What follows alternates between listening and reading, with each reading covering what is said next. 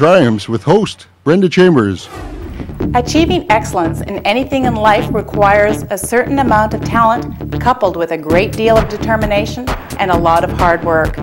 Elite athletes know this very well and live it every day. They know the sacrifices needed and are willing to make in order to succeed. On this episode of Tears and Triumphs, we'll introduce you to two of these hardworking athletes who have set their very realistic sights on the upcoming Olympic Games. First big pressure corner. The sport of bobsleigh has been described as NASCAR on ice. It's unlike anything I've experienced in any other sports. Hundredths of a second behind the Germans. Very close there at the start. The speed and excitement of the sport of bobsleigh make it a very popular winter spectator sport. Athletes need to have explosive power, great strength, and a lot of courage. Matt Dunn, for one, will also tell you that you have to love the rush.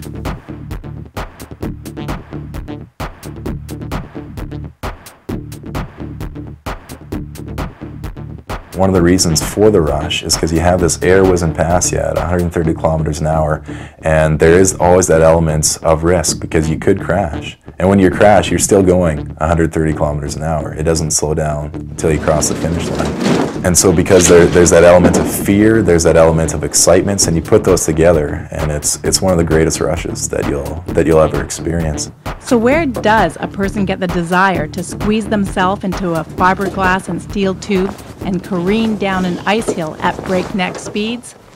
Fair share of tobogganing, as every little kid did, on the crazy carpets, on the GTs. Even cracked my nose open one time on a GT after a pretty big wipeout.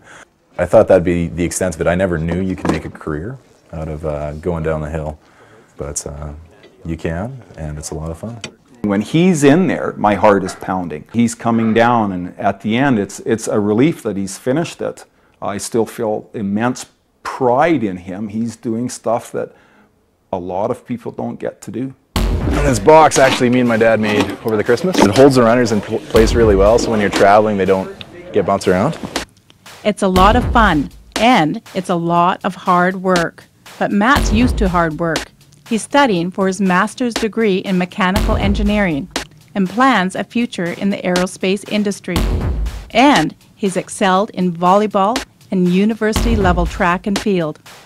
Now, as a member of the Canadian National Bobsled Development Team, he set his sights on the highest level of all.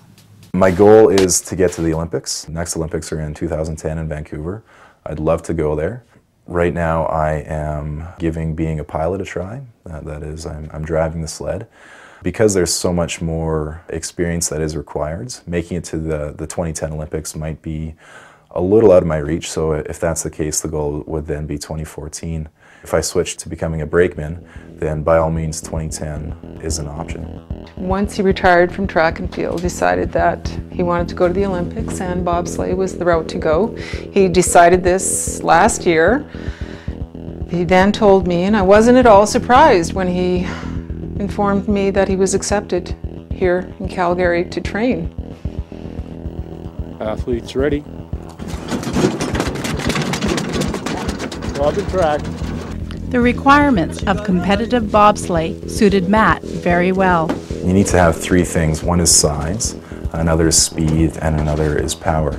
Because you and your teammates are pushing the bobsleigh at the start, and that's how you're getting the bulk of your speed. That's going to be the difference between first place and last place.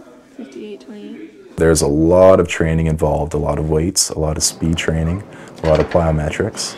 And unless you're at the top of your game physically, you won't do well in this sport. How many are you doing?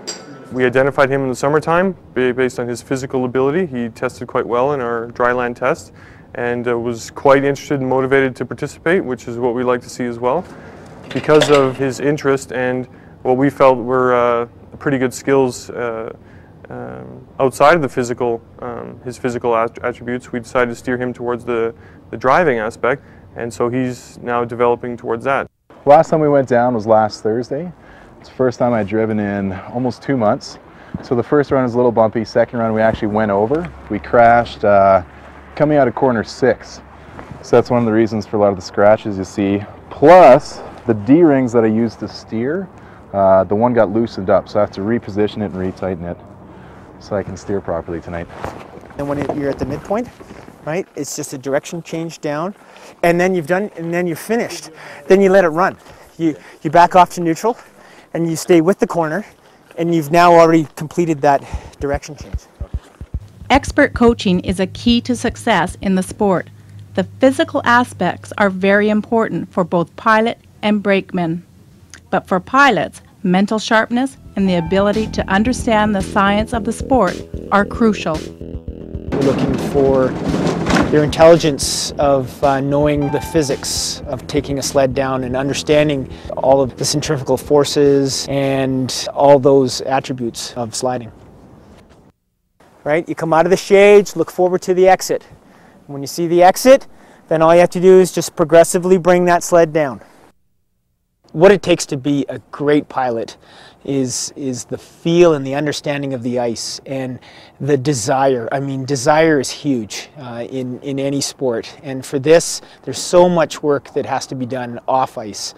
And so that's a big attribute. He's over. You want to see a crash? Here he comes.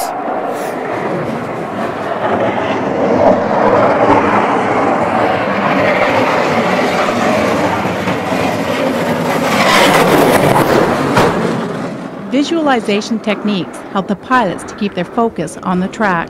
When you're driving, you need to have this track memorized. You need to know exactly when and where and how much you're going to steer. Because if you don't drive that track perfectly, you won't get the gold medal. And so there's a lot of mental focus and a lot of mental preparation. If you're not into it 100%, there's no point in even going down, because not only will you not do well, you're endangering yourself and your teammates.